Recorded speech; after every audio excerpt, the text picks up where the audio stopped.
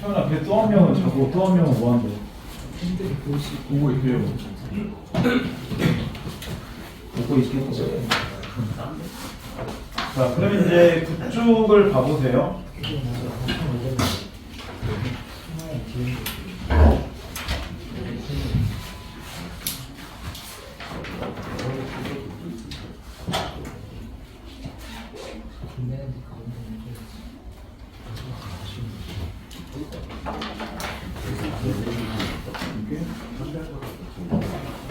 오늘 12월 1일이지.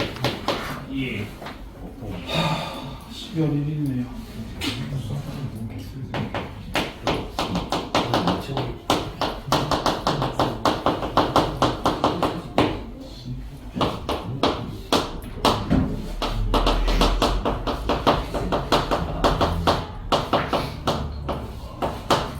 자, 흔히 어떤 대상이 반드시 가져야만 하고 그것을 다른 대상과 구분해주는 속성을 본질이라고 한다.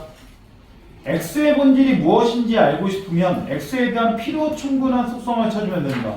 그러면 당연히 뭐가 먼저야? 필요 충분 속성이 먼저고 그래야지 본질 나온다는 얘기지. 다시 말해 모든 X에 대해서 그리고 오직 X에 대해서만 해당되는 것을 찾으면 된다. 근데 이렇게만 얘기하면 X와 이렇게 나오니까 이게 뭔지 좀 애매하잖아? 그래서 뒤에 얘가 나오죠.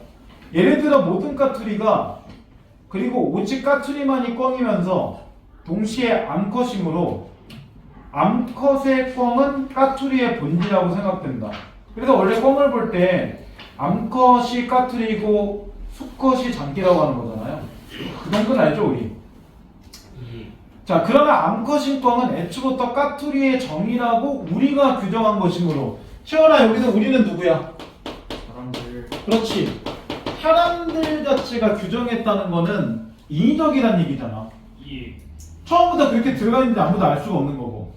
그러면 필연적이야 우연적이야? 우연적이지. 우연적으로 그랬다는 거야. 그래서 그것을 본질이라고 말하기에는 뭔가 조금 허망하다. 다시 말해 본질은 따로 존재하며 우리가 발견하는 게 아니라 까투리라는 낱말을 만들면서 상호적으로 구성된 것이다.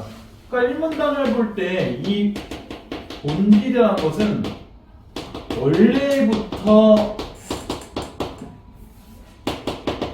내재된 것 자체가 아니라 상호적으로 구성된 것이다. 누구에 의해서? 인간에 의해서. 이런 얘기예요. 그러니까 당연히 뭐 한 거야? 상호적으로 구성됐다는 거는 그냥 우연하게 이름을 뭐 칠판은 칠판, 뻥이면 뻥, 장기면 장기, 까치면 까치 그렇게 붙였다는 얘기겠지. 그런 거 이제 자의적이라고도 얘기하죠. 그죠? 자, 두 번째. 서로 다른 개체를 동일한 종류의 것이라고 판단하고 의사소통에 성공하기 위해서는 개체들이 공유하는 무엇인가가 필요하다. 그래서 본질주의는 그것이 우리와 무관하게 개체 내의 본질로서 존재한다고 주장한다.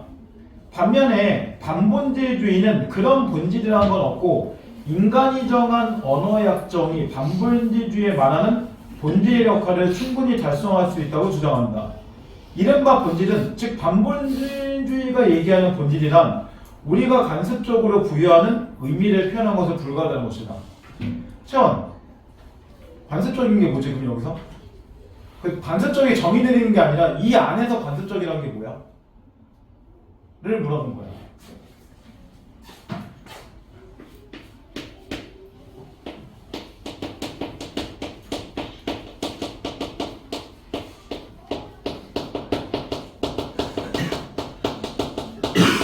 일단 둘의 입장은 다른 거잖아.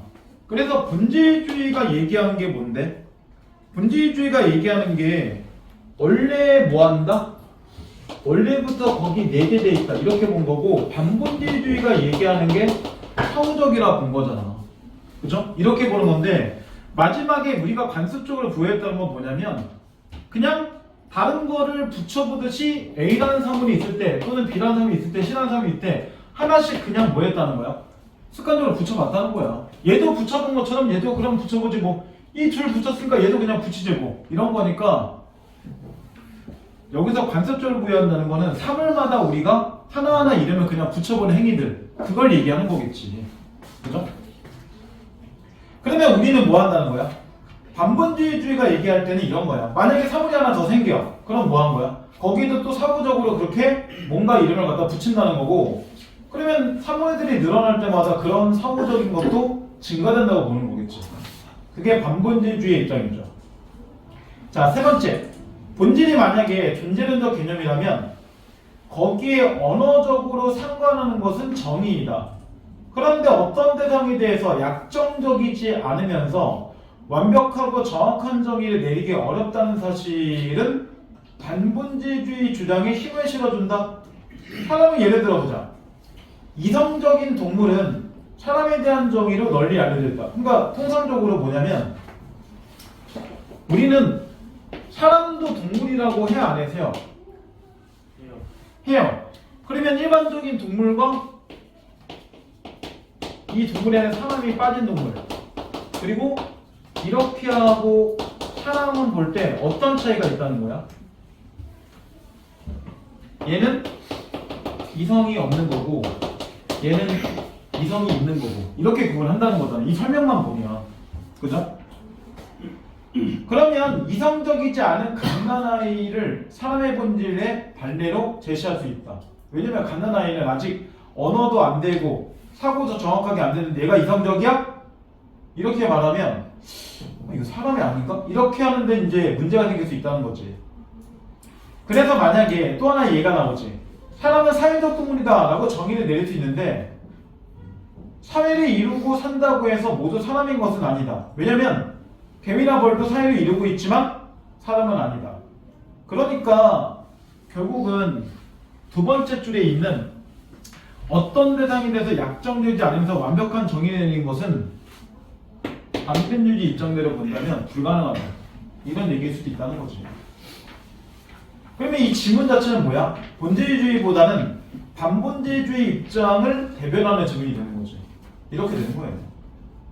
자, 서양의 철학사는 본질을 찾는 과정이라 말할 수 있다. 본질주의는 사람뿐이 아니라 자유나 지식 등의 본질을 찾는 시도를 계속해왔지만 대부분의 경우 아직까지 본질적인 것을 명확하게 단대 선고하지 못했다. 그래서 숨겨진 본질을 밝히려는 철학적 탐구는 실제로는 부질없는 일하고 반본질주의의 비판을 받는다. 왜? 어차피 내재되는 게 없는데 왜 찾아? 우리가 갖다 이름 붙였는데 그걸 뭐라 찾아? 이렇게 누굴 까는 거야? 반본질주의는. 본질주의를 깐다는 거지. 이런 얘기예요. 그래서 우리가 본질을 명확하게 찾지 못하는 까닭은 우리의 무지 때문이 아니라 그런 본질이 있다는 잘못된 과정에 출발하기 때문에 한 것이다. 쉽게 가면 반본질주의는 계속 얘기하는 거야. 야, 내재된 게 없는데 내재된 걸 왜 찾아? 정의가 안 되는데 정의된 걸 왜 찾냐고. 왜 혼자 오냐고. 아, 같이 사는 게 아닌데. 그러네. 아, 그러네. 혼자 오는 게 맞지.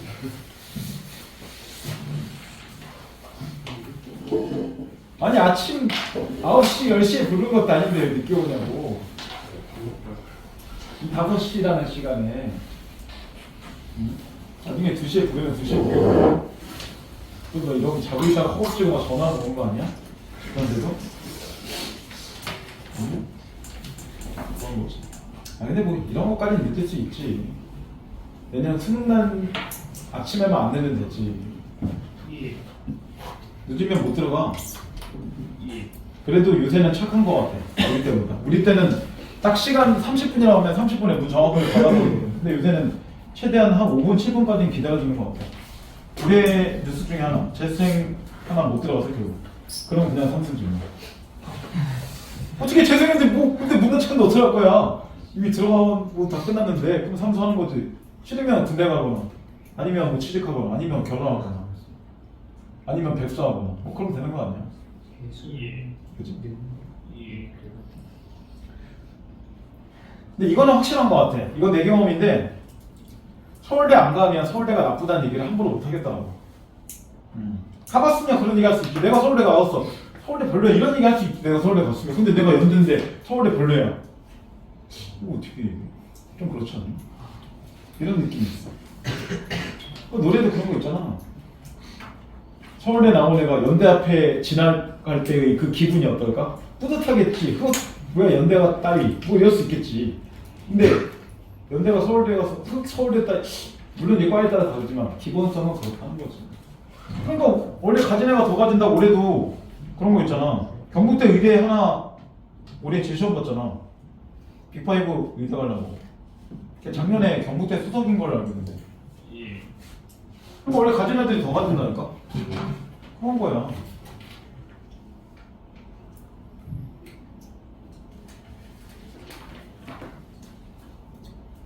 일단 교수 되면 기본 뭐 의대 한 기본 1년 연봉 2억 이상은 무조건 나오니까 최소한이야 그게. 와우. 많이 받으면 4억에서 6억 사이 정도 되나 봐. 그러니까 의대 가려는 이유가 있다니까. 그리고 일반적인 대학병원보다 그냥 뭐 삼성병원에 현대 아사병 이거 더 많이 받는데 5천에서 1억 정도 되는. 그리고 뭐 기본 수업도 안 했다니까. 그리고 이건 뭐 잘리는 게 없잖아. 은퇴가 없다고. 손 더더더 떨어도 이거 의사 면허증이 잘리진 않는다고. 근데 일반적인 뭐 삼성이든 뭐 LG든 어쨌든 중간에 나올 수 있잖아. 성과 못 내리면 나가야지. 그러니까 삼성 라이팅가 제일 심한 게 뭐냐면 자기 임원 다는 거. 왜? 임원 달고부터는 혜택은 많은데 성과 없으면 1년마다 재계약 들어가기 때문에 임시계약이기 때문에 어떻게 될지 모른다고. 그러니까 임원 안 다는 게 오히려 더 낫기도 하대. 잘리진 않으니까 중간에. 근데 임원부터는 1년마다 무조건 재계약 형태로 들어가는 거라서 약간 야구나 축구하고 똑같아. FA 계약하는 거랑 똑같은 거지. 우리도 FA 몇 명 지금 상태 안 좋잖아. 최원태는 자꾸 3원태라고 계속 나오는데 모르겠다. 정말 삼성은 도박을 하는 거지. 가려고 가기 싫은 거지. 개념이 없어. 그냥 우승한 버려. 뭐 이런 느낌이지. 자 이제 그다음. 그래서 어쨌든 마지막까지 결국 둘이는 대조하는 건데 얘네는 이렇게 얘기했지. 있긴 있는데 아직 못 찾은 건데 왜 그래? 이렇게 얘기할 거고 얘네는 없는 걸 왜 있다고 얘기해? 이렇게 얘기하니까 둘은 어차피 뭐가 안 돼. 조화가 안 돼. 얘네들. 자, 그 다음 이제 봐봐. 마지막 그 하나, 둘, 셋, 넷, 다섯 번째 줄. 우리가 본질을 명확하게 찾지 못하는 까닭은 우리의 무지 때문이 아니라 그런 본이 일단은 잘못된 관념에 출발하기 때문에 반본질주의는 본질을 찾을 수 없다고 얘기합니다. 그래서 사물의 본질이라는 것은 단지 인간의 가치가 투영된 것에 지나지 않는다는 것이 반본질주의 입장이다. 그러니까 이 사후적이라는 거는 다른 말로 뭐야? 인간의 가치 자체가 투영돼서 우리가 이름 붙인 거에 불과하다. 이렇게 얘기하는 거지. 그러니까 둘은 어차피 융화가 안 돼. 그럼 17번 반본질주의의 견해로 볼 수 있는 거지. 그럼 어떤 대상이라도 그 개념을 언어로 약정할 수 있다가 돼야지. 왜? 사후적으로 언어를 갖다 붙이는 거잖아. 이름을 갖다가. 그럼 무조건 있다가 돼야지. 탈락. 그 다음 개체의 본질은 인식 여부와 상관없이 개체 내재하고 있다. 근데 개체의 본질은 인식 여부와 상관없는 게 아니잖아. 인식을 하고 이름을 갖다 붙이는 거잖아. 그치? 넌 본질이야 반본질이야?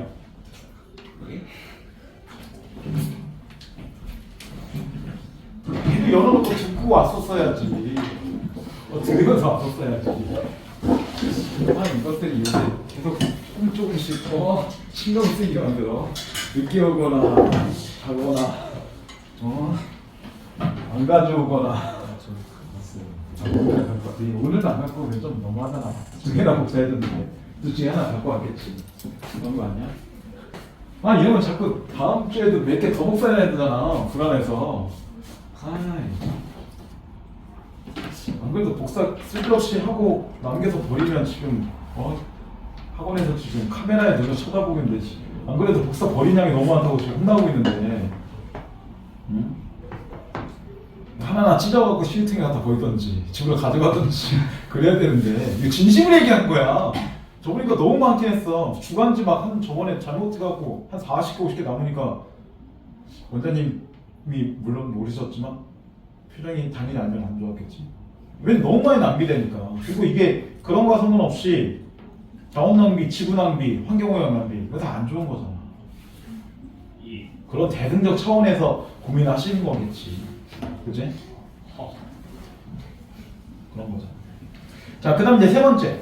어떤 대상이든지 불변의 고유성. 근데 불변의 고유성이 있다는 거는 처음부터 내재되어 있다는 얘기하고 똑같은 얘기잖아. 그럼 얘네가 가질 수 있는 얘기가 안 되지. 그 다음 네 번째.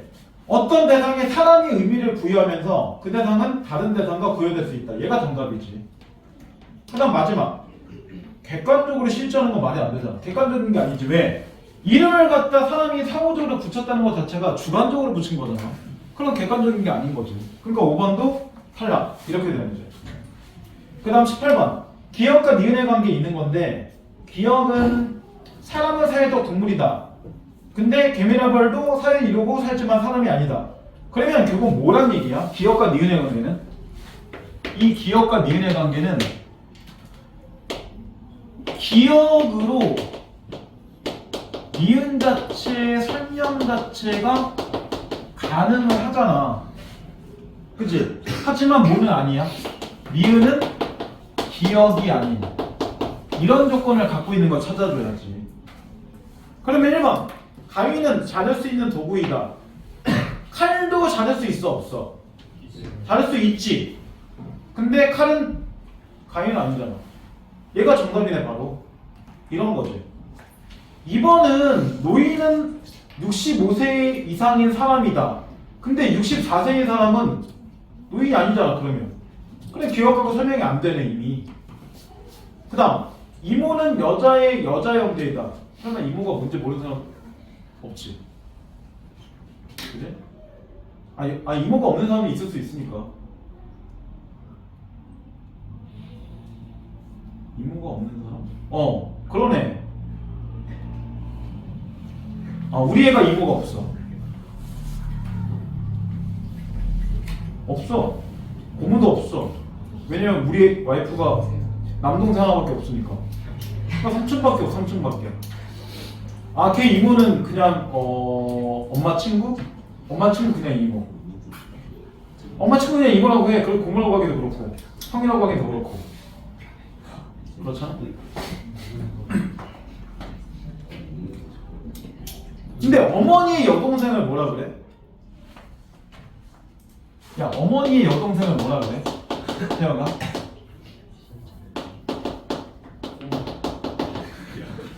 너 엄마 여동생 뭐라 그래? 그게 이모잖아. 그게 이모잖아. 그러니까 니은은 기억 자체잖아. 그냥. 그러니까 만약에 그냥 예를 들어서 아빠가 있어 이렇게. 그리고 엄마가 있어. 그지? 그리고 만약에 이렇게 세혁이가 있어. 근데 엄마한테 누나가 한 명 있고 여동생이 한 명 있어. 그럼 너는 이 사람을 언니라고 하는 게 맞지? 그지? 언니지 언니? 엄마 입장이니까. 그러면 세혁이는 이 엄마의 언니를 뭐라고 불러야 돼? 이모라고 불러야지, 그치? 그럼 엄마의 여동생 뭐라고 불러야 돼? 그렇지. 둘 다 이모인 거야. 둘 다 이모인 거야. 자, 그럼 아빠한테 이렇게 만약에 누나가 있어. 그리고 여동생이 있어. 태영아, 둘 다 너는 뭐라고 부를 거야? 둘 다 뭐라고 부르는 거야. 그러니까 아빠 쪽은 그런 거고. 자, 마지막 하나. 엄마한테 만약에 왜 여자 형제밖에 없어? 지금 이모하고 고모 만들려고 하는 거잖아. 남자 동생이 있어. 뭐라고 부를 거야? 외삼촌이라 부르겠지. 자, 마지막. 아빠한테 남자 동생이 있어. 뭐라고 부를 거야? 고모부. 고모부라고? 왜 고모부야? 설마 했는데 안 나오겠는데? 고모부 아닌데? 왜 새삼스러우니까? 너무 예상하지 못하는 말이야. 고모부는 나오고 기본적으로 왜 찾아 날라가는 스피는 게 아닌데. 삼촌이라 부르겠지. 그냥 삼촌. 친삼촌이라 부르겠지. 근데 이 사람이 결혼한 사람이야. 그럼 뭐라고 불러? 이렇게 얘기하고 작은 아빠. 예. 근데 이쪽은 결혼해도 뭐해? 그냥 삼촌. 근데 이런 게 이제 점점 없구나. 그러면 잘 모를 수 있어. 나도 이모 잘 안 봐. 나도 맨날 이모는 저기 돼지고기집에서 사는 거 같아. 우리 집 앞에 있는 도둑네 가면 이모 저 밥 저희 2인분만 더 주세요. 가끔 물어봐. 정말 소주가 5,000원이 맞아요? 너무 비싸요. 이게 무슨 소리 때문에 우리가 원래 올게요. 너 배운 동생한테도 이거 해봐. 왜 안 해? 어?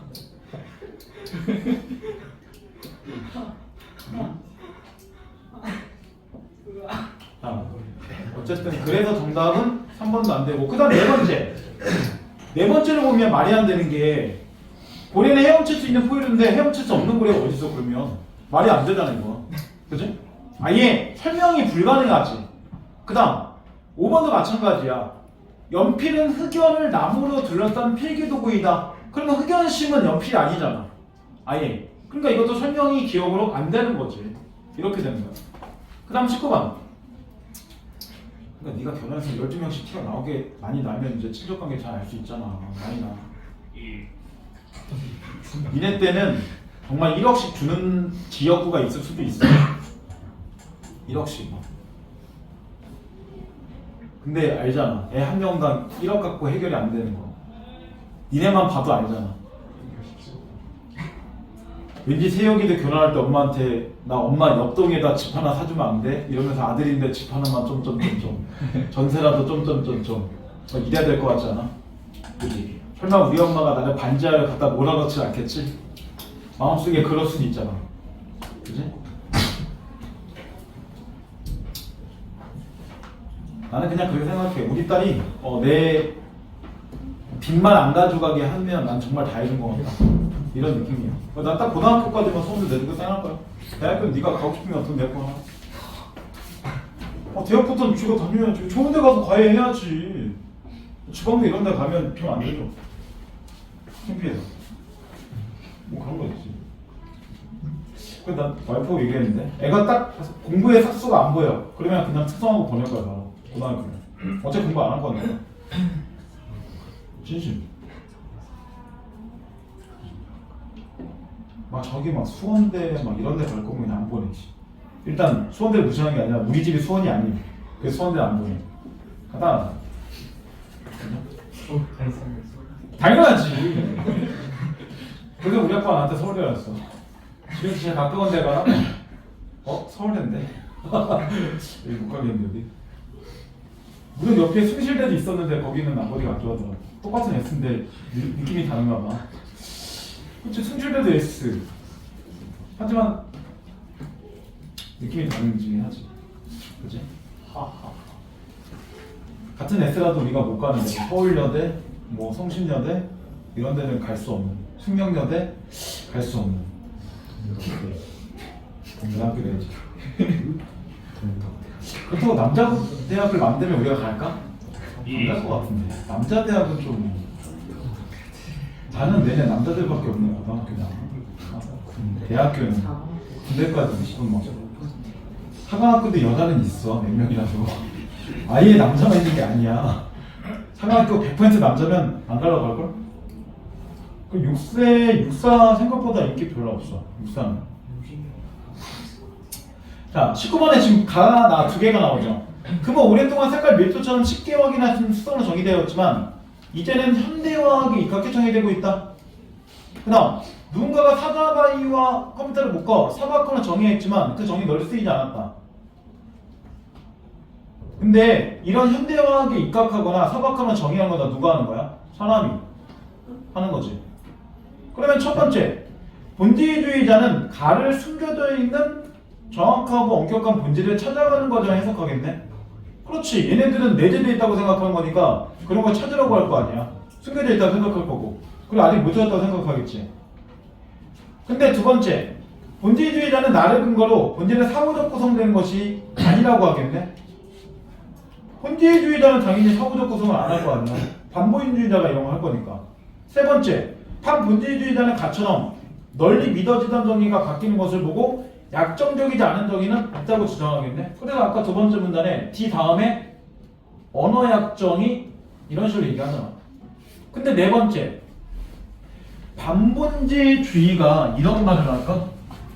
4번처럼 이 반본질주의가 기본적으로 어떤 사물에는 근원적인 속성 자체가 있다 이렇게 얘기할까? 근원적 속성이라는 얘기는 이런 말과 똑같잖아. 속성이라는 것 자체가 그 안에 내재되어 있다는 말과 똑같잖아. 그러면 얘네들은 서로 안 맞지. 왜냐면 이런 말은 누가 해야 되니까? 이거는 본질주의가 해야 될 거 아니야. 이야기 형태대로 보면.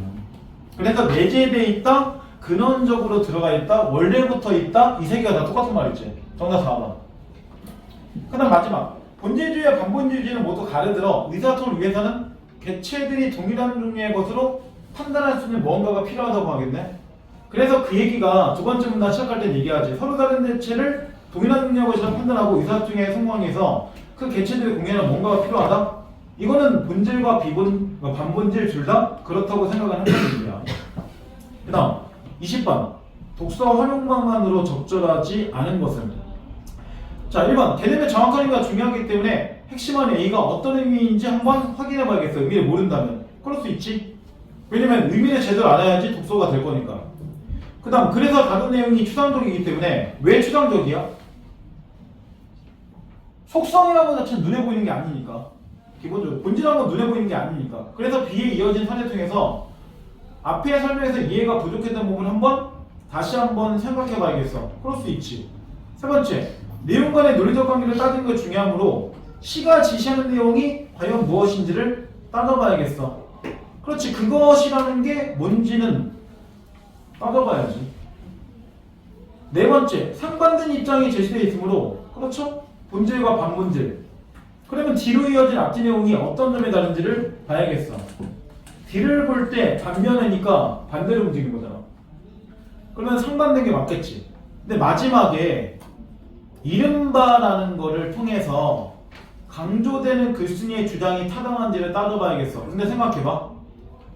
이 글은 반본질과 본질에 대한 입장을 정리한 것 뿐이지 이 글을 쓴 사람이 여기 입장인지 여기 입장인지 자기 설명했어 안 했어? 안 했잖아. 그러니까 맨 마지막에 글쓴이의 주장이 타당한지 우리가 어떻게 알아? 자기의 주장 자체가 없는데. 그러면 지민아, 이를 통해서 강조되는 건 뭘까? 있어, 있기는. 때려 그냥. 고민하지 말고 때리고 그냥 같이 맞으면 되지 뭐. 뭐야? 뭘 강조하는 거야? 반본질주의 주장. 이를 통해서는 그렇지 반본질주의의 주장 자체를 강조할 수 있는 거지. 차은아, 이를 문장 성분으로 얘기해봐. 이른바의 문장 성분은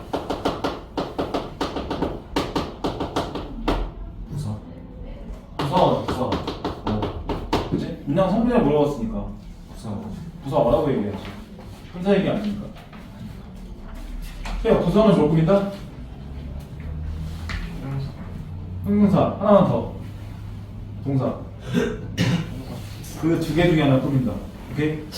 자, 그 다음 5-3 10쪽 넘어가.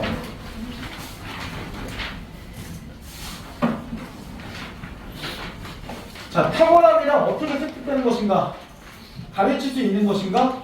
이 물음에 대해서 아리스토텔레스는 지성의 탁월함을 가르칠 수 있지만 성품의 탁월함은 비성적이기 때문에 가르칠 수 없고 훈련을 통해서 얻을 수 있는 거에 대답한다. 그러면 이렇게 정리를 내리면 되겠네. 탁월함이란 거는 두 개가 있는데 이 문단을 갖고 볼 때 이런 탁월함이란 거는 지금 두 개를 나눴잖아요. 지성적인 것과 그 다음에 성품으로 나눠지는 건데 지성적인 것은 가르침 자체와 상관이 없는 거지만 성품이란 거 자체는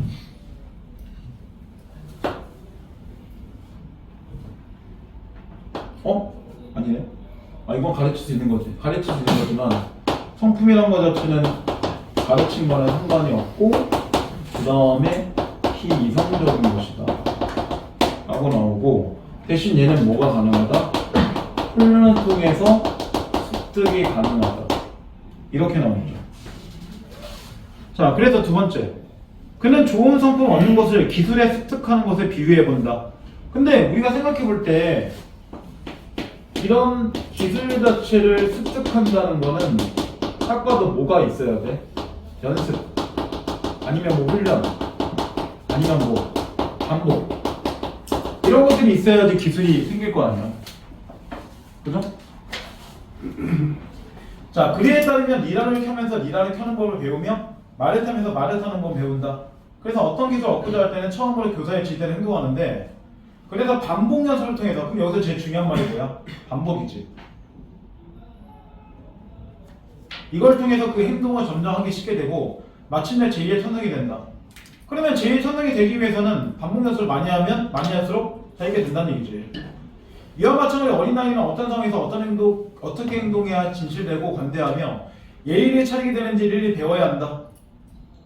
훈련과 반복을 통해서 그런 행위들을 연마하다 보면 그것들은 점점 더 쉽게 하게 되고 결국 스스로를 판단할 수 있게 된다. 태호가, 그러면 예의 있는 사람이 되기 위해서는 뭘 해야 돼? 배워요. 배워서 뭐 해야 돼? 훈련과 반복. 그렇죠. 훈련과 반복. 이런 거죠. 근데 공부를 잘하려면 어떻게 돼야 돼? 훈련과 반복. 뭐야? 아니잖아. 이 지문대로 한다면 예. 그냥 타고나야 돼. 예. 아니 지문대로는 그렇잖아. 지성인 거니까. 그치? 타고난 것도 필요하다는 거잖아. 그러니까 성격이라는 거는 환경적인 요인이 있지만 지성은 환경적인 요인보다는 타고난 재능이 먼저 필요하다? 이 지문은 그렇다는 거지. 물론 실제 그런지는 우리도 모르고 그냥 여기서만 그렇게 보는 거야. 그래서 세 번째, 올바른 훈련이나 강제가 아니고 그 자체가 즐거움이 되어야 한다 지적한다. 그러니까 결국은 괴로우면 뭐야? 자기 성격 되게 어렵다는 거잖아. 그렇게 훈련받은 사람은 그 일을 바르게 처리하는 걸 즐기게 되고 그 일을 바르게 처리하게 하고 싶어하며 올바른 일을 하는 것을 어려워하지 않게 된다. 물론 그런 과정들이 필요하지. 이처럼 성품의 탁월함이란 하는 것만이 아니라 하고 싶어하는 것도 관련된다. 물론 하고 싶어하는 게 뭐 해야 돼요? 만들어야지. 그러면 이 말 자체가 들어오는 거지. 이렇게 하고 싶어 하는 것이라는 거는 당연히 뭐와 연결되는 거야? 즐거움과 연결되는 거지. 왜냐면 괴로운 걸 하고 싶어 하는 사람은 없잖아. 그런 건 정신병이지. 괴로운 걸 하고 싶어요. 전 맞는 걸 하고 싶어요. 맞아서 즐거워요. 이건 정신병이지. 그렇지 않니? 니네 중에 맞아서 기쁜 사람이 있어? 일단 난 아님. 난 맞는 거 싫어. 너무 많이 맞아갖고 그만 맞고 싶은데.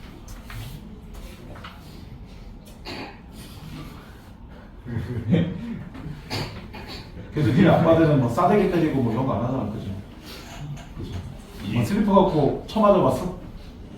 내 친구 더 심해. 내 친구는 아빠 말 안 듣는다고 욕탕에다가 물 받아놓고 거기다가 애 고기 막 집어넣고 빼고 집어넣고 50이나 하고 있어. 친구한테 그 일 듣고 집에서 가출하라 그랬어. 야 너 가출해. 너 집에 있다 죽을지도 몰라. 잘못했다 했어. 좀 순심하면 다 집어넣었다가 뺐다가 잘못했다 했어. 이거는 물고문인데. 우리 아버지가 더 착한 건데 이상하다 했는데. 이건 거의 신고감인데, 그죠? 자, 그 다음 이제 보세요. 그래 어쨌든 즐거워야 된다는 거잖아. 그래서 한두 번 관대한 행동을 한 것으로는 충분하지 않으며, 왜냐면 한두 번 가지고는 우리가 뭐라고 하지 않아? 반복 연습이란 말을 쓰긴 좀 애매하잖아. 그래서 늘 관대한 행동을 하고 그런 행동에 감정적 끌리는 성향을 갖고 있어야 관대함에 대해서 탁월함을 갖는다고 할 수 있다. 그러니까 연습을 할 때 즐거울 수 있게 누가 도와줘야 된다는 얘기잖아. 이 지문에는 거기까지 안 나와도. 자, 다음 같은 예를 통해서 아리스토텔레스의 견해 생각해보자. 갑돌이는 성품이 곱고 자신감에 충만하다. 그는 한 모임에 참석했는데 다수의 사람들이 옳지 않은 행동을 한다고 했을 때 그는 다수 행동에 대해서 비판의 모습을 낼 것이며 그렇게 하는 데서 어려움을 느끼지 않을 것이다. 물론 얘가 성품이 곱고 자신감에 충만하는 과정들이 있었겠지. 처음부터 타고난 건 아닙니까? 한편 수줍어하고 우유부단한 방식도 항모임에 참석했는데 그 역시 다수의 행동이 잘못되었다는 판단을 했다고 하죠. 이런 경우에 병식이는 일어나서 다수의 행동이 잘못되었다고 말할 수 있겠지만 그렇게 하려면 엄청난 의지를 발휘해야 할 것이고 자신과 힘든 싸움도 해야 할 것이다. 그런데도 병식이가 그렇게 행동했다면 병식이가 용기 있다고 행동했다고 칭찬할 것이다. 그러나 아리스토텔레스가 보기에 성품의 탁월함을 지니다는 감독이다. 왜냐하면 기억 때문이다. 여기서 하나 생각해 볼 게 있어. 사람들이 그러면 병식이가 아니라 갑돌이는 칭찬 안 할까? 저? 왜? 갑돌이는 칭찬할까 안 할까? 하죠. 갑돌이 당연히 칭찬해. 대신 갑돌이한테 이런 얘기는 안 할 수도 있어. 우리가 만약에 갑돌이와 병식이의 성격을 다 알고 있는 사람이라면 나 용기 있어 갑돌 이런 얘기는 안 할 수도 있다는 거야. 하지만 둘 다 칭찬받은 행동을 똑같이 한 거고 둘 다 칭찬할 거고 그리고 둘 다 옳은 행동했다는 공통점이 있다는 거지. 그 다음 우리가 어떤 사람을 존경할 것인가 아닌가 아니라 우리 아이를 어떤 사람을 키우고 싶은가라는 질문을 받는다면 우리는 아리스토텔레스의 견해에 가까워질 것이다. 왜냐면 우리는 아이들을 갑돌이와 같은 사람으로 키우고 싶어 할 것이기 때문이다. 그래서 실제로 34번에 보면 33번부터 보면 이게 나머지 다 맞다고 쳐도 나에서는 함축된 의미를 분명하기 위한 개념을 정의하고 있다? 이런 걸 얘기한 게 아니라 이 33번에 나에서 보면 처음에 좋은 성과 없는 것을 기술 습득하는 비유해서 그걸 가지고 상세하게 설명하는 거잖아. 그래서 나는 그냥 이 정도지. 좋은 성품을 기술 습득에 비유해서 설명하고 있다. 그냥 요 정도 설명만 하면 되는 거지. 함축적인 게 아니지. 왜냐면 비유하고 함축은 의미가 다른 거니까. 그치? 차라리 함축이라는 건 상징과 연결되는 거고. 그 다음 34번. 자, 옳은이라는 천성을 타고났기 때문이다. 천성이라는 건 근데 첫 번째 문단 갖고 오면 타고났다는 말을 집어넣는 게 좀 그렇지. 일단 설명시켜줘. 주제적 판단에 따라 옳은이를 하기 때문이다. 이번이 좀 애매한 게 분명히 얘가 판단을 했다고도 볼 수도 있어. 한편에는. 근데 문제가 하나 있어. 만약에 주체적 판단이라고 얘기를 한다면 갑돌이하고 그 다음 같이 나오는 누가 있어? 병식이하고 둘 다 결국은 결과적으로 같은 행동을 했잖아. 그러면 얘가 주체적이면 얘도 주체적이라고 말할 수밖에 없을 텐데, 그치? 그러면 2번 자체는 왜 안 돼? 얘까지를 포함하니까 이 둘을 구분하는 게 좀 애매하잖아. 그러니까 정답이 안 되는 거죠. 그 다음 세 번째, 내적 갈등 없이 옳은 일을 하기 때문이다. 그러면 결국 우리가 볼 때 얘도 옳은 일을 한 게 맞고 얘도 옳은 일을 한 게 맞는데 차이점은 뭐야? 얘는 갈등 자체가 없었고 얘는 갈등이 있었으니까 이렇게 되면 3번에서 뭐가 나와? 둘의 차이점이 나왔지. 그러니까 정답이 3번. 일단 이렇게 되는 거고, 네 번째, 옳다는 확신을 가지고 옳은 일을 하기 때문이다 라고 했는데 옳다라고 하는 건 어쨌든 지금 2번 선지에서 볼 때 얘도 하는 거잖아. 그럼 4번도 결국 뭐야? 얘가 확신은 좀 더 있고 얘가 확신은 좀 더 적겠지만 얘도 확신이 제로라고 얘기하기 좀 애매하잖아. 그치?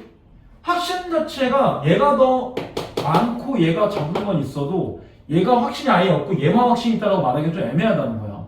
그러니까 4번도 뭐해? 둘을 완벽하게 나누기는 부족하다는 거지. 그러니까 4번도 정답이 안 되는 거지. 마지막 5번. 칭찬은, 근데 5번은 알 수가 없잖아. 칭찬의 식을 얘네들이 해서 옳은 일 한 건지 아닌지는 우리가 모른다는 거지. 그러니까 5번은 모른다야, 그냥. 질문 갖고는. 그래 정답이 3번. 이렇게 나오는 거야. 그러니까 2번하고 4번은 답이 완전히 안 되는 건 아니야. 조금씩은 함유량이 들어가지만 분명히 뭐야 돼? 병식이하고 차이점이 가장 많은 3번만 정답을 한 거야. 자, 그 다음에 35번. 아리스토텔레스의 입장을 비판해야 돼. 자, 어떤 행위가 도덕적 행위가 되기 위해서는 그것이 도덕 법칙을 지키는 의지에서 비롯된 것이어야 한다. 도덕 법칙에 부합되는 행위라고 해도 행위자의 감정이나 욕구 또는 성향이 행위의 동의에 영향을 미쳤다면 훌륭한 행위일 수 있어도 도덕적 행위는 아닌 것이다. 그럼 1번. 탁월한 성품에서 비롯된 행위는 행위자의 성향에서 결정된 것이지 도덕 법칙을 지키려는 의지에서 결정된 행위가 아니므로 도덕적인 행위라고 볼 수 없다. 근데 지금 1번 선지를 볼 때 이렇게 나오잖아. 성향에 의해서 뭐한다? 이런 탁월한 성품 자체가 나온다. 이런 얘기잖아. 그치? 그리고 실제로 35번에 보기해 볼 때도 분명히 세 번째 줄 뒤에 감정, 욕구, 성향 자체가 어떤 동기에 영향을 주었다. 그러면 그게 뭐한다? 도덕이게 나왔다. 그리고 이렇게 1번 선지에도 이런 거는 뭐다? 도덕은 아니다. 둘이 같은 얘기하는 거잖아. 완전히. 그러니까 정답이 나올 게 1번밖에 없지.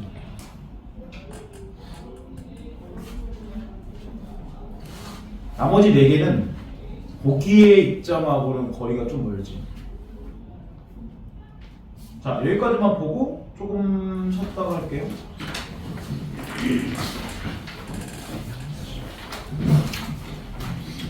아니다. 36번이구나. 36번. 이거 보는 거네. 36번 같은 경우는 이게 그냥 단어 뜬 문제예요.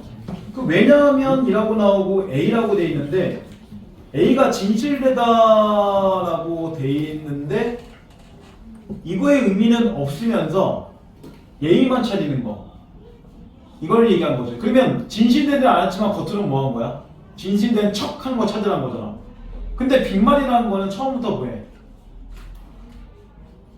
헛된 말이 얘기한 거니까 예의를 차리지 않았지. 탈락. 너스레는 건 뭐냐면 그냥 떠벌리는 말이란 뜻이야. 단어를 찾아보면. 그럼 이것도 예의가 없지. 야, 트집은 당연히 아니잖아. 어깃장은 뻗대거나 어깃댄다고 나와. 그럼 뭐 하는 거야? 고집 부리는 거잖아. 어거지 피우는 거고. 그럼 이것도 예의가 없잖아. 근데 인사치레는 겉으로는 인사하지만 실제로 뭐 하는 거야? 그런 진실된 마음은 없는 게 인사치레잖아. 그러니까 정답이 5번. 이런 거야. 그래서 인사치레를 사전적에 찾으면 성의는 없이 겉으로만 하는 인사. 그냥 이렇게만 나와요. 그래서 정답 5번. 이렇게 하면 돼. 좀만 체크할게.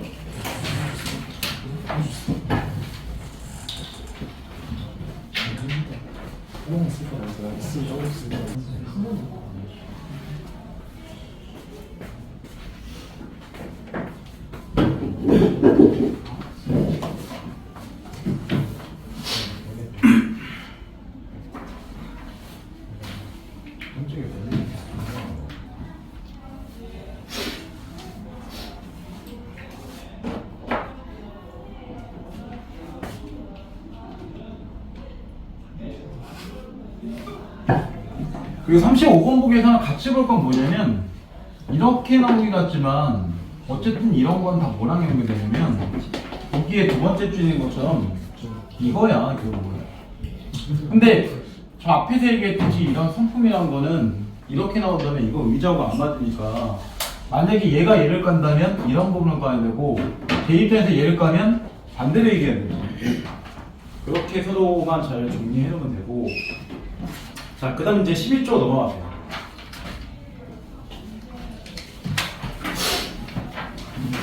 자, 어떤 명제가 참이란 건 무슨 뜻인가? 이 질문에 대한 답변 중에 하나가 정합설이다. 그 정합설에 따르면 어떤 명제가 참이란 것은 그 명제가 다른 명제와 정합적이기 때문이다. 그러면 정합적이다는 무슨 의미인가? 정합적이라는 것은 명제들 간의 특별관계인데 이 특별관계가 무엇인지에 대해서 전통적으로 모순어 쓴 함축 설명적 연관으로 설명하는. 그러면 지금부터 이제 하나씩 설명해야죠. 자, 정합적이다를 만약에 모순 없음으로 정의한다면 추가되는 명제가 이미 참이라고 인정한 명제와 모순이 없으면 정합적이고 모순이 있으면 정합적이지 않다. 여기서 모순이란 은주는 민수의 누나이다와 은주는 민수의 누나가 아니다처럼 동시에 참이 될 수도 없고 동시에 거짓 될 수 없는 명제들 간의 관계를 말한다. 그래서 정합적이다를 만약에 모순 없음을 정의하는 입장에 따른다면 은주는 민수의 누나이다가 참일 때 추가되는 명제 은준 학생이다는 앞의 명제와 모순되지 않기 때문에 정합적이고 그렇게 하면 당연히 뭐한다? 참이 될 수 있다.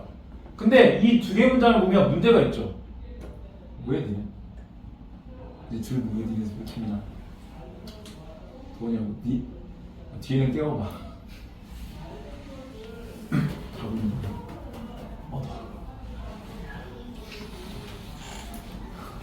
아니 너는 뭐하냐고 지금. 뭐다 이 뭘 해야 되지 않냐? 지문을 봐야지. 딴 데 보고 있어. 그러니까 여기인가 보기? 뭐 여기 뭐 있나? 자, 까먹었다. 아, 그렇지. 이 문장 두 개를 보면 은준이 민수의 누나이다나 은준 학생이다나 상관관계가 없는 문장이잖아. 딱히. 그러니까 거기 그렇게 나오겠지. 그래서 정합적이다를 모순 없음 이해하면 앞에 했처럼 전혀 관계가 없는 명제들도 모순이 발생하지 않는 이유만으로 모두 정합적이고 참이 될 수 있는 문제가 생긴다. 시원. 그러면 이 두 번째 문단을 볼 때 모순 없음 정의의 가장 큰 문제는 뭐야? 가장 큰 한계. 너무 많다. 그렇지. 이 모순 없음의 가장 큰 문제는 참이 너무 많아요. 그죠? 선자체 양이 너무 많이 늘어나는데 중요한 건 이 참이라고 되는 것끼리의 연관성이 어때? 떨어지는데 다 참이라고 인정해야 될 문제가 있다는 거잖아. 그지? 그럼 당연히 다음에 나온 건 뭐 해야 돼? 연관성이 있는 상태에서 참을 만들어주는 거 형태로 들어가줘야지. 그래서 이 문제를 해결하기 위해서 정합적이다를 함축적으로 정의하기도 한다. 함축은 은주는 민수의 누나이다가 참일 때 은주는 여자이다는 반드시 참이 되는 것과 같은 관계를 이른다. 그래서 명제 A가 B를 함축한다는 것은 A가 참일 때 B도 반드시 참이라는 의미이다. 그래서 세 번째 함축이라는 거는 A 자체가 참일 때 반드시 B도 참. 그러면 둘에 뭐가 돼? 이렇게 하면 딱 봐도 연관성은 터지는 거다. 이하고 반대로. 그치? 그래서 함축적으로 이해하면 은주는 민수의 누나이다가 참일 때 이와 무관한 명제 은준 학생이다는 모순이 없다고 해도 정합적이지 않다. 왜냐하면 은준 학생이다는 은주는 민수의 누나이다와 함축되지 않기 때문이다. 그럼 뭐 하는 거야? 얘가 참이라 그래도 여기선 참이 아닐 수도 있다는 거잖아. 그리고 얘가 참일 때 얘도 참일 수도 있는 거고. 그죠? 그러면 이렇게 되는 거지. 만약에 보면 참이란 것, 이 두 번째 문단과 세 번째 문단을 가지고 참이란 걸 본다면 혜영아, 뭐가 더 참의 개수가 많아야 돼? 예? 대단히? 어? 다시 한번 했어. 그러니까 두 번째 문단에 있는 모순 없음과 세 번째 문단의 함축적 중에 참의 숫자가 더 많은 건 당연히 뭐가 돼야 돼? 두 번째. 그렇지, 이렇게 되는 거잖아 무조건. 그러니까 이거 너무 많다는 거지. 근데 아직까지 세 번째 문단에 함축적이다 문제를 안 내잖아. 그러면 이제 그 다음에 얘 문제점 뭔가 얘기하겠지. 그런데 정합적이다 함축적으로 정의할 경우에는 참이 될 수 있는 명제가 과도하게 되어 있는다. 그러니까 결국은 여기는 문제는 뭐냐면 연관성의 입장 참의 수가 너무 적어요. 이게 한계지. 이게 한계고 라는 얘기잖아. 그래서 하나 더 나오지. 그래서 정합적이다를 설명적 연관으로 정의하기도 한다. 아닌데. 명제 민수는 운동신경이 좋다는, 민수는 농구를 잘한다는 명제를 함축하지 않지만 민수가 농구를 잘하는 이유를 그럴듯하게 설명은 가능하다. 그 역의관계도 마찬가지다. 그래서 두 경우 각각 설명의 대상이 되는 명제와 설명해주는 명제 사이에는 서로 설명적인 연관이 있다고 말한다. 설명적 연관이 있는 두 개의 명제는 서로 정합적이기 때문에 그 중에 하나가 참면 추가되는 단어 하나도 참이다. 그래서 설명적 연관으로 정합적이다를 정의하게 되면 함축관계를 이루는 명제들까지도 포괄할 수 있는 장점이 있다. 그래서 함축관계를 이루는 명제들은 필연적으로 설명적 연관이 있기 때문이다. 그래서 정합적이다를 설명적 연관을 정의하면 함축으로 이해하는 것보다는 더 많은 수의 명제를 참으로 추가할 수 있다. 그럼 네 번째 같은 경우에 이 설명적인 연관은 어쨌든 뭐한 거야? 다시 참의 수 자체가 늘어날 수 있다. 장점이잖아. 하지만 설명적 연관이 정확하게 어떤 의미인지 그리고 연관의 긴밀도가 어떻게 측정될 수 있는지 아직 완전히 해결되지 않은 것이다. 그러니까 결국은 A와 B 자체의 긴밀도는 뭐 한다는 거야? 물음표라는 거잖아. 그럼 이게 한계가 되는 거지. 마지막에는. 그래서 맨 마지막 안 봐도 되는데 결국은 세 개 다 뭐 한 거야? 장단점이 있다는 얘기잖아. 이렇게 그냥 끝나는 거야. 지문은. 그럼 21번. 육군의 내용과 일치하지 않는 거. 1번에 정합선에서 참 또는 거짓을 판단하는 기준은 명제들 간의 관계이다. 그래서 세 개를 가지고 볼 때 관계에 따라서 참이 될 수도 있고 아니면 거짓 될 수도 있고 이게 좀 정의되고 있는 거지. 그 다음 정합선에서 이미 참이라고 인정된 명제와 어떤 새로운 명제가 정합적이면 그 새로운 명제도 참이다. 그래서 이게 두 번째 줄에 잘 나오지. 어떤 명제가 참인 것은 그 명제가 다른 명제와 정합적이기 때문이다. 놔준 거잖아. 세 번째, 정합적이다를 모순 없으니 이해했을 때 참이 아닌 명제는 함축으로 이해했을 때도 참이 아니다. 이미 모순 없음에서도 참이 안 되면 여기서 더 안 되지. 왜 여기서 참이 되는 게 여기서 덜 되는데 그럼 여기서 참이 안 되는 게 여기서는 당연히 안 되겠지. 이렇게 되는 거잖아. 근데 네 번째, 함축적 관계에 있는 명제들은 설명적 연관이 있는 명제일 수 있지만 모순 없는 명제일 수는 없다. 하지만 함축적 관계라는 건 모순이 없지. 반드시 참이 되는 거니까. 모순 없는 명제들일 수 있다. 이렇게 바꿔야지. 그러니까 정답 4번. 마지막, 정합적이나 설명적으로 이해한다고 해도 긴밀도 문제가 해결되지 않아서 한계가 있다. 마지막에 나왔죠. 그 다음 22번. 동시에 참이 될 수도 없고 동시에 거짓 될 수도 없는 명제들 간의 관계. 민수는 은주보다 키가 크다. 그 다음 민수는 은주보다 키가 크지 않다. 이 둘은 가해관계를 그대로 만족하죠. 정답 1번. 이거 2번 볼 것도 없어. 2번은 둘 다 뭐가 될 수 있어? 얘가 농구를 좋아하고 실제 농구보다 축구를 더 좋아할 수도 있는 거니까 참이 될 수 있습니다. 세 번째, 그것은 민수에게 이익이다. 그것은 민수에게 손해이다. 이건 무슨 관계야? 실제로 민수에게 이익 자체이다는 이익이 아닐 수 있다면 거짓일 수 있는 거고 손해도 아닐 수도 있는 거잖아. 이익도 손해도 아닌 경우도 있을 수 있으니까 얘도 안 되지. 둘 다 거짓말일 수 있으니까. 그 다음 4번. 만약에 오늘이 목요일이면 둘 다 거짓말 가능하잖아. 그 다음 민수의 말은 옳을 수도 있고 은주의 말이 틀린 것도 옳을 수도 있는 거니까 딱 봐도 얘네는 둘시에 참도 가능하지.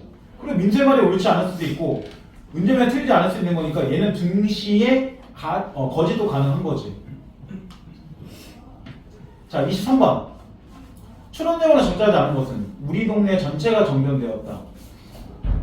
일단 우리 동네 전체가 정전되었다는 건 우리 집도 정전되었다는 얘기잖아. 포함관계 있으니까.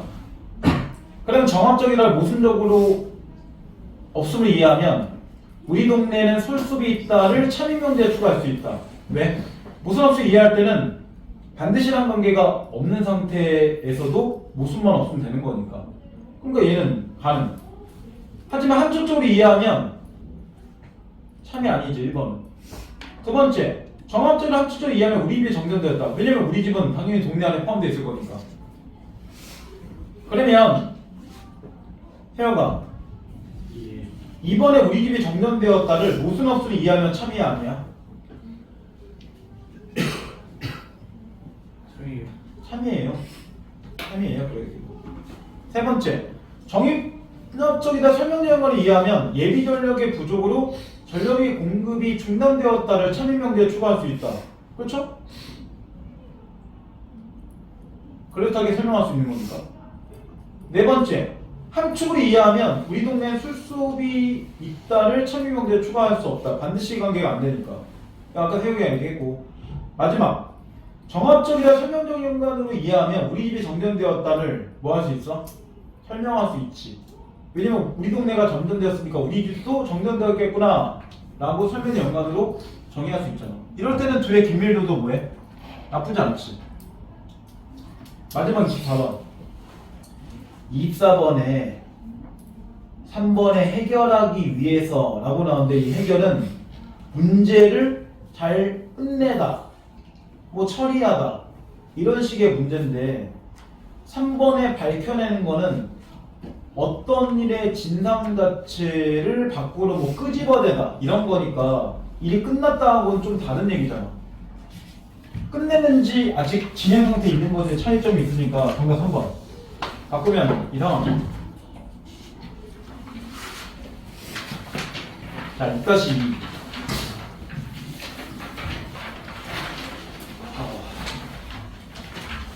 자, 현대사회에서 지식의 비중이 커지면서 기업에서도 지식 경영을 강조하는 목소리가 높다. 지식 경영은 기업 경쟁력의 원천이 조직적인 학습과 혁신 능력, 기업의 지적 역량이 있다고 보아 지식의 활용과 창조를 강조하는 경영 전략이다. 이런 지식 경영 중에는 마이클 폴란이 암묵지 개념을 활용하는 경우가 많은데 폴란이는 명확하게 표현하지 않고 주체에게 체화된 암묵지 개념을 통해서 모든 지식이 지적 활동의 주체인 인간과 분리될 수 없는 걸 강조했다. 그에 따르면 우리의 일상적 지각뿐 아니라 고도의 과학적 지식도 지적 활동의 주체가, 즉 사람이 몸담고 있는 구체적인 현실부터 멀어진 게 아니다. 어떤 지각 활동, 관찰, 추론 활동에 우리의 몸이나 관찰도구, 지적 수단이 항상 수반되고 그에 의해서 이러한 활동이 암묵적으로 영향을 받기 때문이다. 즉 요약하자면 모든 지식에는 암묵적 메토드들과 이들을 하나로 통합하는 인간적 행위가 전제되어 있어야 한다는 것이다. 우리는 말할 수 있는 것보다 훨씬 더 많이 알고 있다는 폴란이의 말은 모든 지식이 암묵지에 기초하고 있음을 강조한다. 그러니까 결국은 중간에 있는 것처럼 지각활동, 관찰, 추론활동 이런 것들이 관찰도구 지적수단이 항상 수반되거나 암묵적인 영향을 받는다. 그러니까 모든 지식이 암묵제에 기초한다는 건 암묵제의 영향 상태에 있다 이 말 같은 거잖아. 두 번째, 이쿠지르는 지식에 대한 폴란의 탐구를 실용적 응용해서 지식 경영론을 펼쳤다. 그럼 좀 더 발전시킨 거지. 폴란이 암묵지를 신체 감각, 상상 이미지, 지적 관심 등과 같이 객관적으로 표현하기 어려운 주관적 지식을 파악했다. 또한 명시지를 문서, 데이터베이스 등에 담긴 지식과 같이 객관적이고 논리적으로 형식화된 지식을 파악하고 이것이 암묵지에 비해서 상대적으로 지식의 공유성이 좀 더 높다고 보았다. 그러면 이 세 번째 문단을 가지고 볼 때 암묵지라는 게 나오고 그 다음에 명시지가 나오는데 이런 지식에 대한 공유성들을 보면 결국 뭐 한다는 거야? 이렇게 되는 거죠. 명시지가 좀 더 크다는 거잖아. 왜냐면 명시지는 형식 자체가 있다는 거는 어떤 객관적인 눈에 보이는 것들이 존재하는 거니까. 하지만 얘 같은 경우는 지금 뭐 감각이나 또는 뭐 이미지나 관심은 하나의 딱 형식화되는 문서나 이런 거를 얘기할 수가 없는 거니까 공유되기가 어렵다는 거지. 하지만 그래도 암묵지도 뭐 한다는 거야? 공유가 안 되는 게 아니라 얘보다 덜 되는 거지 얘도 가능은 하다는 얘기야. 그러니까 나중에 암묵지 자체가 지식 공유 가능성 자체가 아예 없다고 나오면 틀린 얘기지. 좀 더 높다, 좀 더 낮다지 아예 없다, 아예 있다가 아닙니다. 네 번째, 암묵지의 명시적 분류에 기초해서 논학과는 개인 집단 조직 순에 이루어지는 지식 변환 과정을 네 가지 유형하였다. 그래서 암묵지가 전달되어 타자의 암묵지로 변환되는 것은 대면 접촉을 통한 모방과 개인의 숙련 노력에 의해서 이루어지는 것으로 공동화라고 얘기한다. 암묵지에서 명시적인 변화는 암묵적 요소의 일부가 형식화되어 객관화되는 것으로 표출하라고 얘기한다. 또 명시들에 관련된 새로운 명시를 형성하는 것을 연결하. 명시가 숙련 노력에 의해서 암묵지로 전환되는 것을 내면하. 논학과는 이러한 변환 과정이 원활하게 일어나 기업의 지적 역량이 강화되도록 기업의 조직 구조도가 혁신되어야 한다고 주장한다. 그럼 네 가지 과정이 다 잘 되면 뭐 하는 거야? 그 기업은 지적 역량이 강화돼서 발전돼서 돈을 많이 벌린다는 얘기지. 그런 거잖아, 이렇게 보면. 이러한 주장들은 지식경이 실현되기 위해서는 지식 공유 과정에 대한 구성원들의 참여가 전제되어야 한다. 왜냐면 아무리 좋은 지식 변환 과정이 있다고 해도 아무도 안 하면 발전이 없잖아. 하지만 인간에게 체화된 무형의 지식을 공유하는 건 쉬운 일이 아니다. 그럼 무형의 지식이 뭔데? 암묵지적 지식. 이런 것들은 전달하는 게 전달은 가능하지만 쉽진 않다. 이런 거잖아. 단순한 정보와 유용한 지식을 구분하기 쉽지 않고 이를 개량화하여 평가하는 것도 어렵다. 쉽게 가면 내가 되게 뛰어난 축구 선수고 그런다고 해서 내 제자가 똑같이 뛰어난 거를 그대로 다 습득하는 건 쉽지 않은 일이라는 거잖아. 그죠?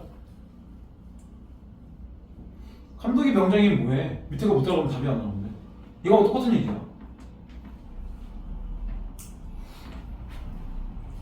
따라서 지식 경영의 성패는 지식의 성격에 대한 정확한 이유와 기초해서 구성원들이 지식 공유 확산에 자발적 참여하도록 하는 방안을 마련하는 것에 달려있다고 할 수 있다.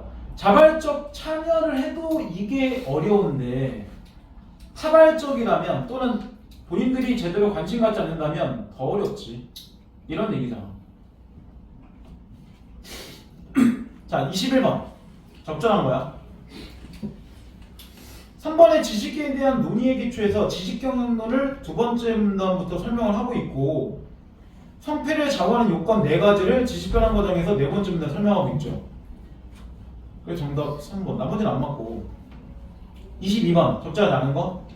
혼란이는 두 번째 문단에서 과학 지식은 당연히 암묵지를 기초해서 형성될 수 있다고 본다. 왜? 모든 건 암묵지에 기초하고 있다고 얘기했으니까. 그 다음 두 번째, 혼란의 지적 활동의 규칙과 분리해서 독립된 개초에 존재하는 지식은 없다. 그러니까 서로 무슨 관계이다? 영향관계 있을 수 있다. 암묵적 영향을 받는다. 계속 그 얘기했잖아. 세 번째, 논학과는 암묵지가 공유 가능성이 더 낮다고 봤지. 명시에 비해서. 그러니까 3번은 거꾸로 얘기한 거고. 4번, 경영론은 지식이 원활하게 변환되도록 기업의 조직 구조가 재설계된다고 하면 마지막에 잘 얘기했지. 그래서 참여되거나 또는 지식 자체의 경영이 실현될 수 있게끔 각자 뭔가 열심히 해야 된다. 뭐 이런 거잖아. 그 다음 5번. 혼란은 지식의 암묵지의 중요성을 강조하고 논학과는 지식들 간의 변환 관계에 주목한다. 그래서 암묵지 자체만 얘기한 게 혼란하지만 그거 좀 더 체계화해서 변환 과정을 얘기하고 기업이 써먹을 수 있게 하나의 형태를 만든 게 논학과잖아. 그거 5번도 맞는 얘기야. 그 다음 23번. 지식 변환에 대한 사례로 적절한 거. 1번. A의 사의 직원이 자사 오토바이 동호회 회원들과 접촉하여 소비자의 느낌을 포착해낸 것은. 그러면 서로 뭐 한 거야? 직원하고 동호회원들이 서로 만나서 뭔가 하나의 성과를 좀 더 만든 거니까 얘네들은 공동화 과정이 되는 거지. 두 번째, 비사가 자동차 부품 관련 기술들을 분별로 재분류했고 결합했다. 그러면 결합의 과정에 들어갔으니까 연결화 과정. 세 번째는 정답, 내면화 과정 잘했고 얘가 내면하면 D도 조종술에 능숙하게 된 게 실제 반복 사용해서 그렇게 됐을 거니까 얘도 내면화가 돼야지. 그러니까 3, 4 둘 다 내면화. 마지막 이사 직원이 성공적인 제품 디자인에 동물 현상의 반영돼서 감지하고 장수하는 몸체가 연상되는 청소 디자인을 완성한 것은 겉으로 뭔가 드러나는 과정이 있는 거니까 얘가 표출어가 돼야지. 자, 24번. F4의 문제를 해결하기 위한 제시방을 적절하지 않은 거. F4는 회사의 도움이 되는 지식의 산출을 능력하고 이를 체계적인 지식 데이터베이스에 축적했다. 보고서와 제안서 등의 가시적인 지식 산출에 대해서는 보상했지만 경험적 지식이나 창의적 아이디어 같은 무형의 지식에 대한 평가함이 보상 제도를 갖추지 않았다. 그 결과 유용성이 낮은 제안서가 자꾸 나오게 되었고 왜? 포상을 해주니까. 가시적인 지식을 산출하지 못하는 직원들의 회사에 대한 애착 감지를 감소했고 경험 많은 직원들이 퇴직할 때마다 해당 부서의 업무 공백이 발생했다. 쉽게 가면 이런 명시지만 보상하고 이건 보상하지 않았다는 거죠. 이거다. 그러면 이 회사가 앞으로 추가할 건 뭐야? 이거 보상 안 하고 얘만 보상하다 이렇게 되는 게 아니라 얘도 보상하고 얘도 보상하고 이렇게 해야지. 그죠? 그러니까 말 그대로 저렇게 한다고 해서 앞으로 명시지에 대한 보상을 완전히 안 하고 안목지만 보상하다 이렇게 나오면 틀린 선지야. 만약 그렇게 나오면 둘 다 해야지. 1번에 창의적 아이디어가 문서 형태로 표현되기 어려울 수 있음을 감안해서 의견을 제안한다. 의견을 제안한다는 거는 그냥 얘기로 하는 거니까 문서로 안 해도 되는 거잖아. 근데 두 번째, 회사에 사용한 논리적인 형식이 된 지식을 제안하고 검증하고 데이터베이스에 축적한다. 데이터베이스 축적이 문제가 아니야. 그건 해야 되는 건데 논리적이다, 형식화되었다. 형식 자체는 이미 문서화된 거니까 얘는 뭐에 대한 거야? 명시대에 가는 거지. 그러니까 정답 2번. 명시지는 지금도 보상하는데 이것만 계속 보상하면 안목지가 계속 안 될 거 아니야. 그러니까 안목지도 보상해야 한다. 안목지에 대한 것도 축적할 필요가 있다. 이렇게 바꿔줘야지. 정답 2번. 그 다음 세 번째, 숙련된 직원들의 노하우를 공유할 수 있도록 면대면 홀로그램을 도입해서 집단적 업무 역량을 키울 필요가 있다. 쉽게 얘기하면 한 명 신규 사원들한테 뭘 붙이는 거야? 코치들 한 명씩 붙인다는 얘기지.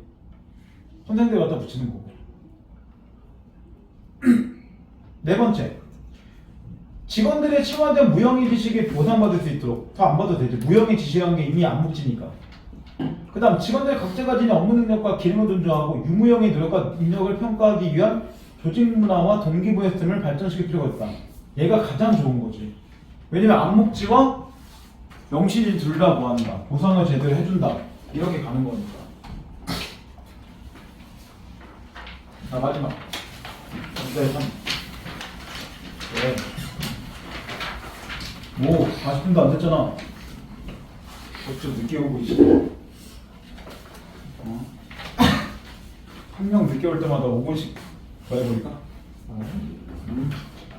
2명 늦게 왔으니까 10분 더 할까? 좀 그러고 있지. 어차피 마지막 때문인데 뭐 없잖아. 있어. 과정할 거 하나 여기서 하고 하면 되지. 시원이가 된다고 하잖아.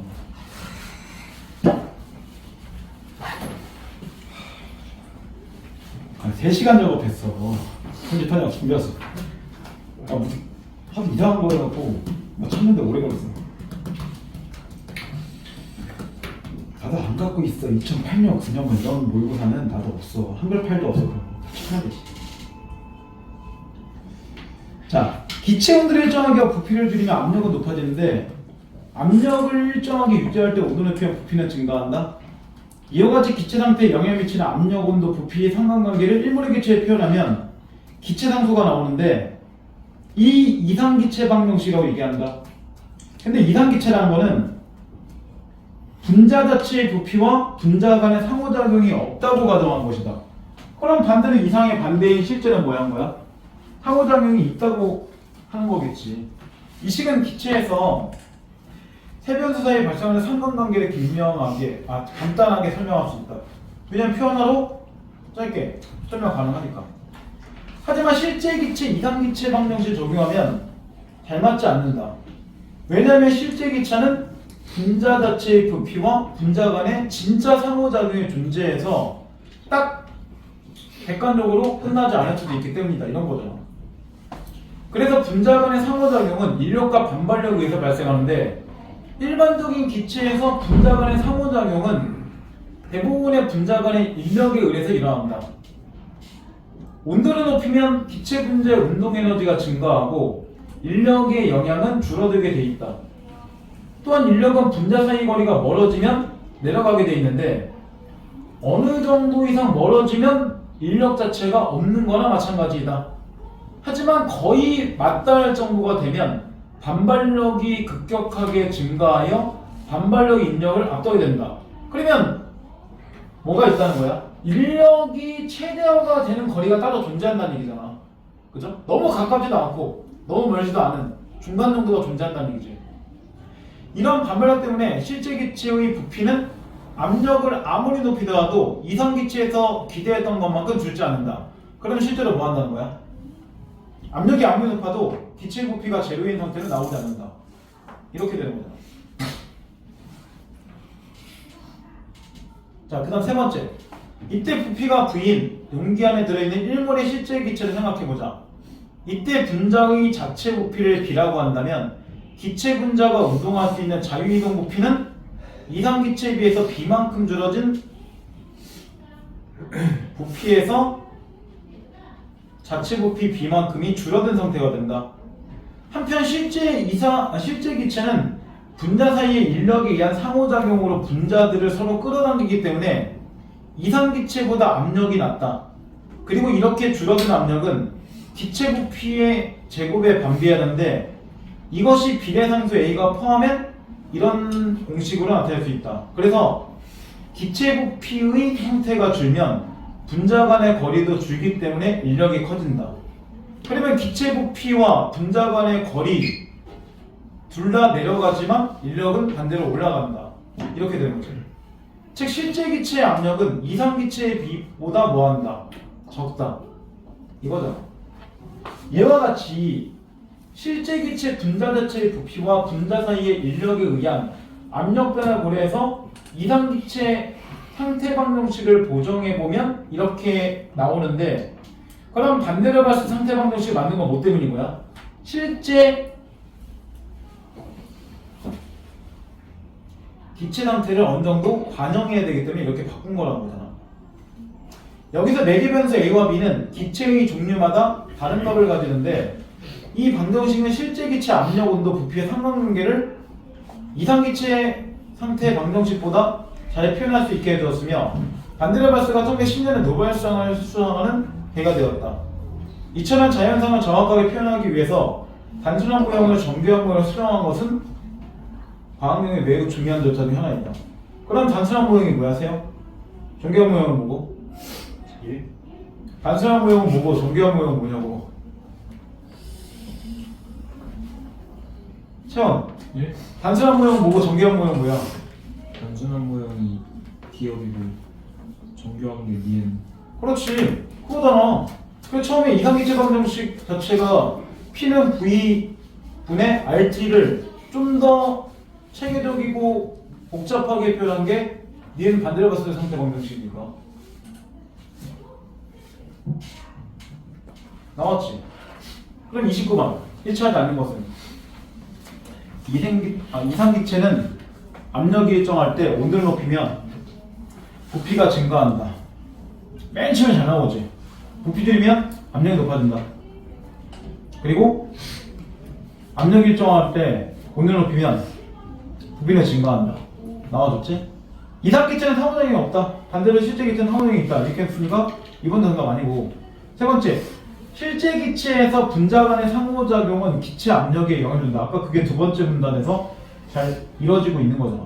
그래서 실제로 운동이 증가하면서 인력이 줄어들고 그러면서 반발력 커지고 인력 압도하게 되고 그리고 압력도 맨 마지막 재료가 안 나오고 이렇게 나와주잖아.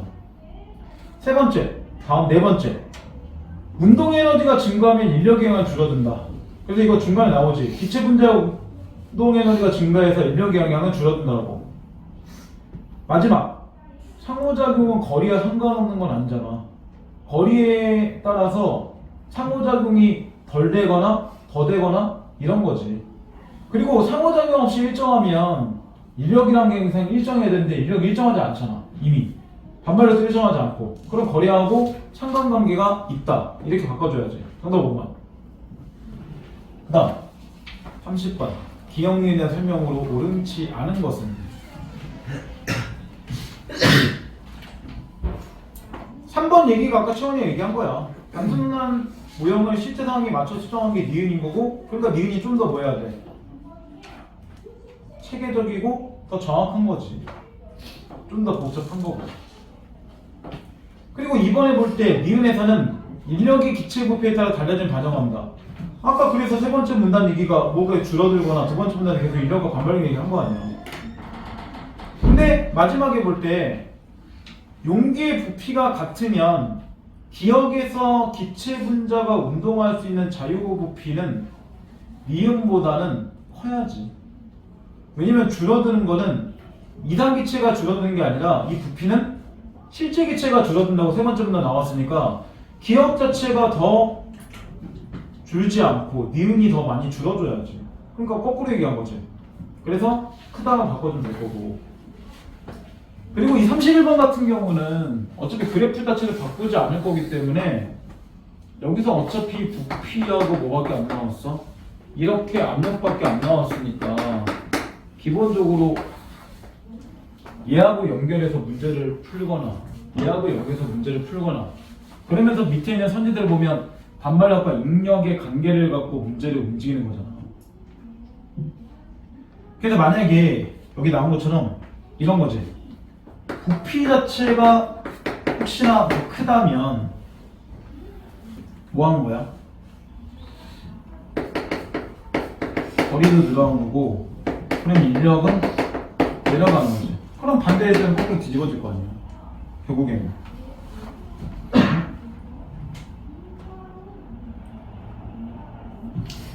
그러면 이게 이번에 볼 때 압력이 P와 P2 사이일 때 그럼 어차피 압력이 P와 P2 사이일 때 이렇게 두 개가 있다고 보면 이 정도가 되겠죠. P1이 있고 P2가 있고 여기까지만 보면 되지. P2 사이일 때 A가 B에 비해서 반발력과 인력의 영향을 더 크게 받는다 이렇게 나오는데 이렇게 어차피 두 개를 보면 얘가 A고 얘가 B니까 이렇게 두 개를 비교해 보면 어차피 압력은 똑같은 상태잖아. 그러면 기본적으로 A하고 B 부피를 갖고 볼 때 무조건 B가 더 부피가 큰 상태가 되는 게 맞는 거지. 그러면 얘가 A가 B에 비해서 인력의 영향을 더 크게 받는다고 할 수 있다. 이런 관계가 된다면 반대로 해야 되는 거니까 그러면 A 자체가 부피 상태가 이런 상태하고 똑같은 거잖아. 그러면 얘를 그대로 짓는 거니까 얘가 그대로 이렇게 커지면 되는 거죠. 이것만 보는 거니까. 그럼 정답 2번 나오잖아 바로. 그러니까 나중에 이런 문제는 뭐 비례반비례 갖고만 문제 풀면 되겠지. 근데 하나 생각해 볼 게 거기야.